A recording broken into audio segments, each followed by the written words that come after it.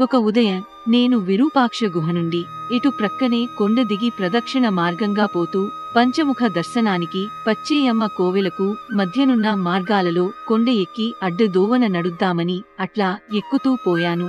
దారి లేదు, డొంకు లేదు. ఒకటే అడవి. ఎక్కగా ఎక్కడి నుండో పెద్ద మర్రాకు ఒకటి కొట్టుకొని వచ్చింది. ఆ ఆకు ఒక్కటి పెద్ద విస్తరంత ఉంది.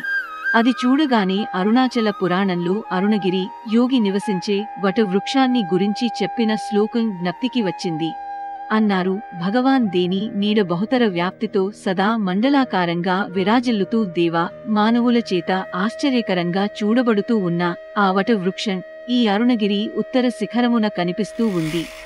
ఆ వటవృక్షము క్రింద సిద్ధ వేషము ధరించిన మహేశ్వరుడు అరుణగిరి యోగి సదా నివసిస్తూ ఉన్నాడు. ఈ శ్లోకం జ్ఞప్తికి రాగానే ఈ ఆకు ఆ వటవృక్షానిదే కాబోలును.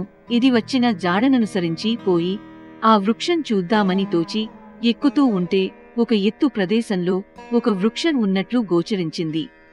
అక్కడికి ఎక్కుదామని పోతూ ఉంటే ఒక పొదకు నా తొడ రాచుకున్నది. ఆ రాపిడికి అందులో ఉన్న జుంటీగలు చెలరేగి కరవటం ఆరంభించినవి. సరే, ఈ తొడ తప్పు చేసింది గనుక దానికిదే శిక్ష అని కదలకుండా నిలిచాను.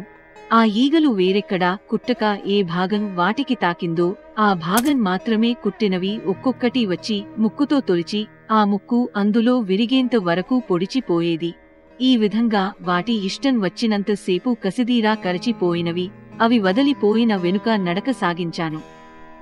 అయితే ఆ వటవృక్షం సంగతి మాత్రం గుర్తే లేదు. చిత్రంగా ఆ విషయమే మరపు కలిగి 7 దోనలకు చేరుకుందామని చూస్తే మధ్యన అగాధమైనవి 3 దోనలు అడ్డుగా ఉన్నవి. కాలు చూద్దామా, ఇంత లావయి బాధిస్తూ ఉన్నది. సరే, ఎట్లాగో ఆ 3 దోనలు దాటి 7 దోనలని చేరి అక్కడి నుంచి సరాసరి దిగి సాయంకాలం అయ్యేసరికి జటాస్వామి గుహవద్దకు చేరాను.